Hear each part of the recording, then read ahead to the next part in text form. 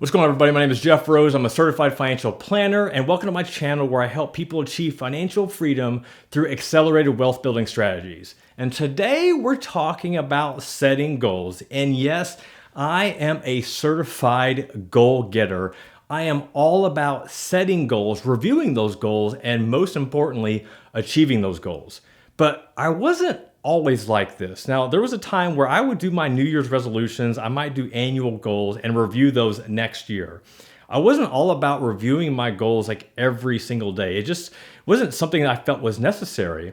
But it wasn't until I joined a business coaching program where they really emphasize the importance of setting these goals and reviewing these goals more than once a year. Now, it's no surprise that most rich people are reviewing their goals and making goals. In fact, author Thomas Corley, who wrote the book Rich Habits, now he studied millionaires from all across the world, and a commonality that he found was 62% of all rich people not just set goals, but they review them every single day. They have their goals right in front of them so they know exactly what they need to focus on. When's the last time you reviewed your goals? If it wasn't today or yesterday, then chances are you're not on that path to achieving financial freedom and building wealth. And I understand how overwhelming it can be to believe that you can truly achieve wealth, that you can become rich. We have been programmed by society and our friends and family members that we are a product of our environment. We are stuck where we are right now. And I want to challenge you that you aren't. You aren't stuck. You don't have to be poor the rest of your life. You can achieve wealth.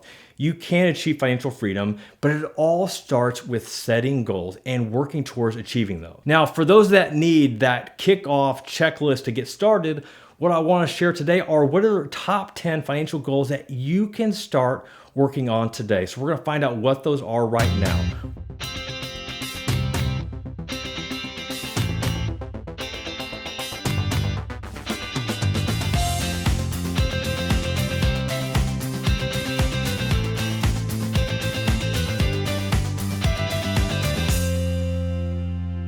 All right, the first wealth building goal you want to work towards is having plenty of cash on hand. Now, we're not talking tens of thousands of dollars of cash. We just want to work towards $1,000. But sadly, it's reported that only 39% of all Americans have $1,000 in their emergency fund, or could only come up with $1,000. Only 39%. The rest would either have to borrow it from family or friends or use a credit card. They didn't have enough to cover that cash.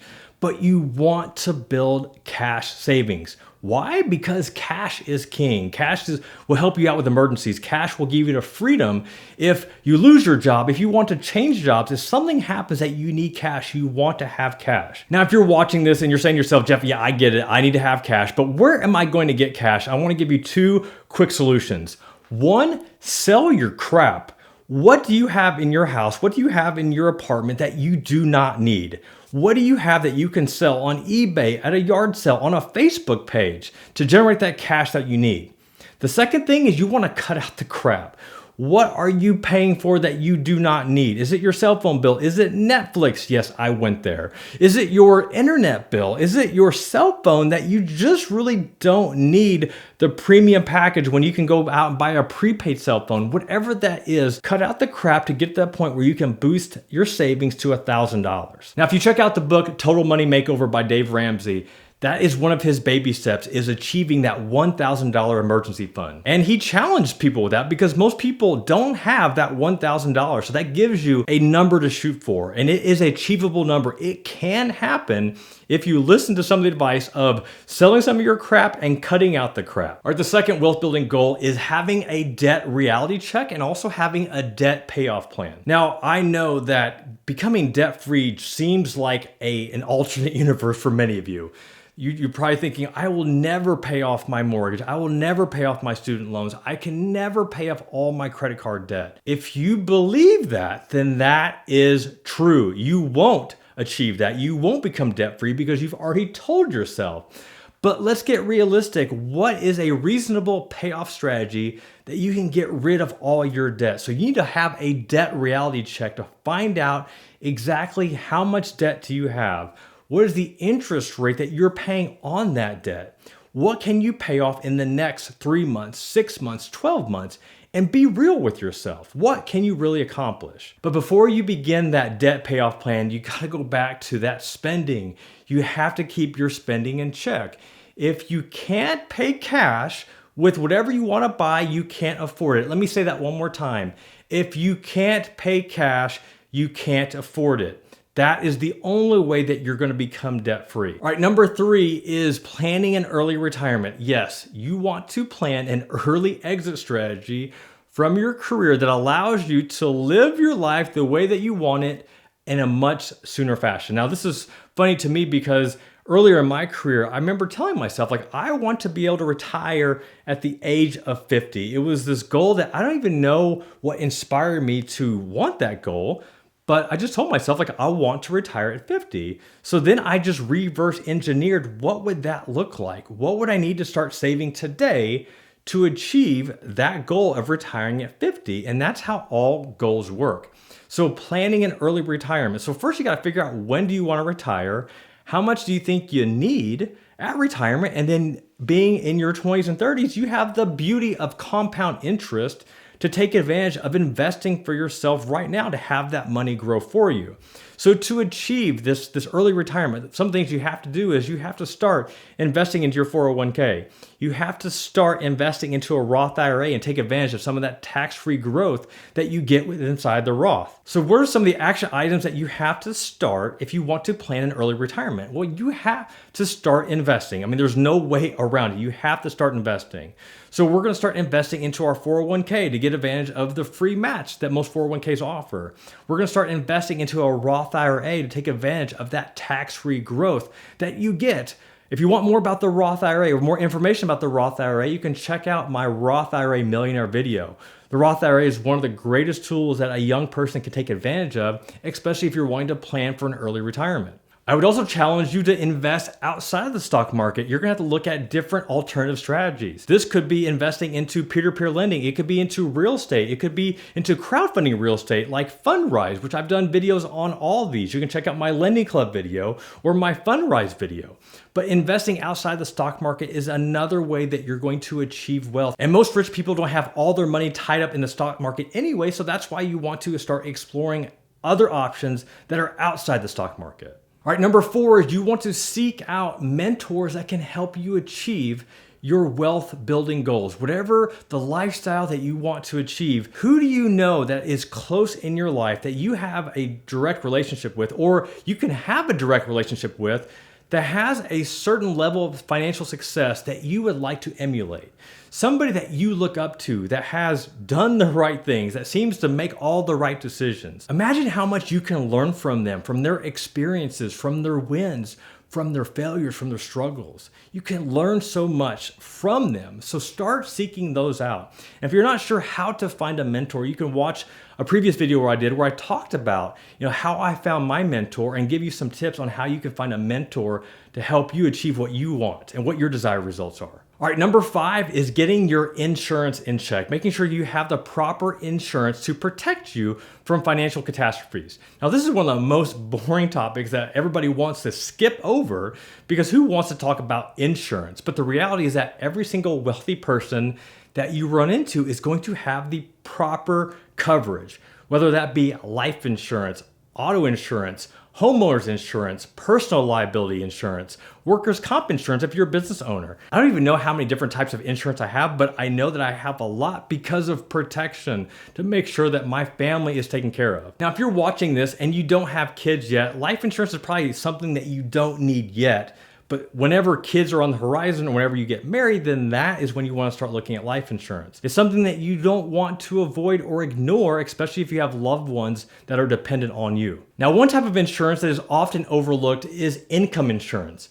And no, I'm not talking about term life insurance. I'm talking about one that is often not talked about or dismissed because it just seems like it's a lot of work and not a lot of people know how to achieve this. But what I'm talking about is building multiple streams of income. Now, in a previous video, I talked about my multiple streams of income and what that has allowed me to do on so many different levels. But this is something that I didn't accomplish overnight. This is not something that I just flipped a switch and all of a sudden, bam, I got multiple streams of income. We're talking investing a lot of time, a lot of work into resources, into book, into relationships, into mentors to finally build a business that allows for these multiple streams of income to come in. Now, one of my books that I talk about a lot is Rich Dad, Poor Dad by Robert Kiyosaki, by far the most influential book in my life. And not because it gave me all these clear-cut strategies to implement multiple streams of income, but it gave me the hope and just the idea, the concept that multiple streams of income was a possibility. So if you haven't checked that book out, please do.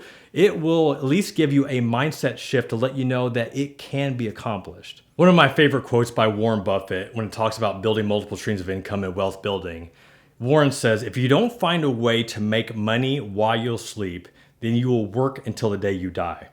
I mean, you can't really skirt around what Warren's message is there, is finding a way to earn extra money on the side, making money while you're asleep. Yes, this can be done through the stock market, through dividends and capital gains, but most wealthy people have some sort of extra income that they are getting typically while they're sleeping or while they're working on other projects or while they're spending time with their family. Now, these don't happen overnight. It takes a lot of work and a lot of hustle to get to that point. But the fact of the matter is that you don't build it unless you start. And if you actually check out another video where I talked about the number one wealth building strategy that people don't implement, we're talking about having that side hustle. What is something that you can work on the side after you get home from your 9 to 5 on the weekends that allows you to get out of the rat race and to start working on other projects that give you life, give you excitement, to pay off that debt, to build up that emergency fund, and start investing for the future. And that's why I put a lot of emphasis in building this multiple income stream strategy. Now, there are a lot of things that I tried that didn't work. I went the multi-level marketing route. I dabbled in real estate, but it wasn't until blogging and online courses and really just understanding online business where I saw these multiple income streams start coming in. If you haven't watched these yet, there's a few videos you're gonna wanna check out. The first video is how to make the first $1,000 blogging, or how you can make your first $1,000 blogging. So I talk about my strategy and the process I went to make that happen. I also have several videos on how to make money selling online courses. Now, these are just a fraction of all the different opportunities that exist.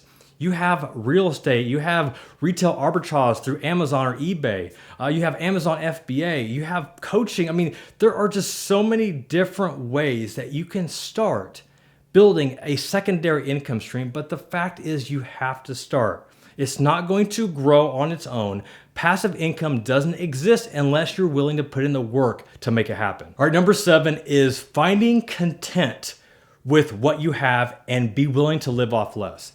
Now, it's funny that here I am in a $1 million home and I have all this cash in the bank, and you would think that I would just go on a spending spree and just buy anything and everything that I want.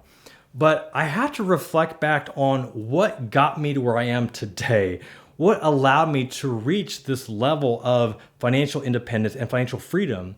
And the reason is because I learned what being content was early on. There's a reason why I drove a 1998 Chevy Lumina out of college. There was a reason why I was still living in a house with my girlfriend, now wife, and my 3 buddies, why I was still living on a college budget. There's a reason why I didn't buy $20 t-shirts when I had the money to do it, because I knew that every money that I didn't spend on stupid things, I could either save that or invest that into something that was going to make me that much more return. So even to this day, I have learned to live off less and be content with the things I have. Now, does that mean that I don't splurge and buy things that I enjoy? Yeah, I splurge. You can watch other videos where I talk about all the Nike shoes that I own, all the tech gadgets that I have. I mean, I live in a $1 million home, but that wasn't anything that I just did overnight. I took essential steps. A lot of the items I'm sharing with you today, these wealth building to-do lists, these checklists to allow me to get here. But the first thing was to learn to live off less and just be content. Because the more that you can live in being content with what you have, it just gives you so much freedom to focus on yourself and achieving the goals that we've outlined today. All right, number 8 is giving back. And this could be donating money. This could be donating your time. This could be being a mentor for other people. finding a way to give back to others that you may be just 1 or 2 steps ahead of them. And by having a cup of coffee with them, by sending them a text or having a phone call with them, you could change their life just by sharing your experiences with them. Finding a way to give back, I can't tell you how fruitful it's been to help others achieve success. And one of my favorite quotes about building wealth, and I wish I could give the person credit, I don't know who said this quote, but it says, if you want to achieve wealth, then you need to help others achieve wealth too. Help others live a rich lifestyle. Help them accomplish their goals, and you will be rewarded for those efforts. It's amazing how much you can get by giving back. So find a way to give back as much as you can. Number 9 is getting your financial house in order. So what am I talking about here? What happens if something happens to you? We talked a little bit about life insurance and making sure that your loved ones are protected. But do you have a will? Do you have some sort of document that outlines what happens to your things if something happens to you? Do your loved ones have access to your social media accounts? Do they have access to your bank accounts? Do they know where your stuff is? Do they know what you want to happen to your stuff after you're gone? Now, once again, if you're watching this and you're single, it's probably not that big a deal. But if you have parents that have been very kind to you through the years, you can make it a whole lot easier by having these conversations so they know what to do with your stuff if something happens to you. Make sure that your financial house is in order. All right, the last wealth building goal you want to work towards is do the work you love. Now, if you're sitting in your cubicle watching this, you're probably saying, Jeff, I'm in a cubicle. How am I going to do the work that I love right now? It's not going to happen today. It may not happen tomorrow. It might not happen for another year, 2 or 3 years down the road. But first, have a deep dive understanding of what brings you life, what gives you joy in the work that you do. And then you could start figuring out what are the things about your job that you hate? What are the things that you just don't enjoy doing? And start working towards doing the work that you love. A book that I just started reading recently is called The Big Leap. And in this book, the author talks about working in your zone of genius. So working in your zone of genius, this is you doing what you love to do. It gives you life. You enjoy it. It doesn't feel like a job. The more that you can understand what are the things that give you life, the more that you can work in this zone of genius, you start realizing the things that you hate. And in this book, he's done a lot of research. He's counseled a lot of people. What he found out was a lot of people are stuck in these other zones of just doing things that they have to, or doing the things that they do just because they're good at them, because they're competent. Well, that can be okay. What happens though is that it drags you down. It takes the life out of you. It sucks the life out of you. And if you're not working in your gift set, the things that you are suited for, the things that God has intended for you to do, you don't realize how much that's hurting you personally. It's hurting you, your relationships, your family. So working towards that zone of genius, and that's why we go back to having that cash on hand, of having that freedom fund, because if you hate your job, and if you're buying things that you don't need, if you're wasting your money on stupid things, then you're going to be stuck in this job that you hate. But if you truly hate it and you've identified the thing that you want to do, the thing that you would love to do, that's why we start saving more cash so that we can build up these savings that allow us to get out of this dead-end job that we hate, to get rid of the boss that we can't stand. Hello, Peter. What's happening? That is what has to happen. So find out what is the work you love and work towards achieving that. All right, so those are my top 10 wealth building goals. If you find yourself, you are 20 or 30 years old, you want to achieve wealth, you don't know where to start, I've just given you 10 goals that you can work towards right now. And maybe you already are. And if you are, let me know in the comments below where you are right now in your wealth building goal process. Which ones have you achieved? Which ones are you struggling with? And if you need any help, let me know in the comments. I want to find out what goals you're trying to accomplish and how I can help you achieve them, and how our community can help you achieve them too. All right, this is Jeff Rose reminding you that it's your money, it's your life, and only you can make it awesome. Just go out and be a goal getter today. All right, till next time, peace.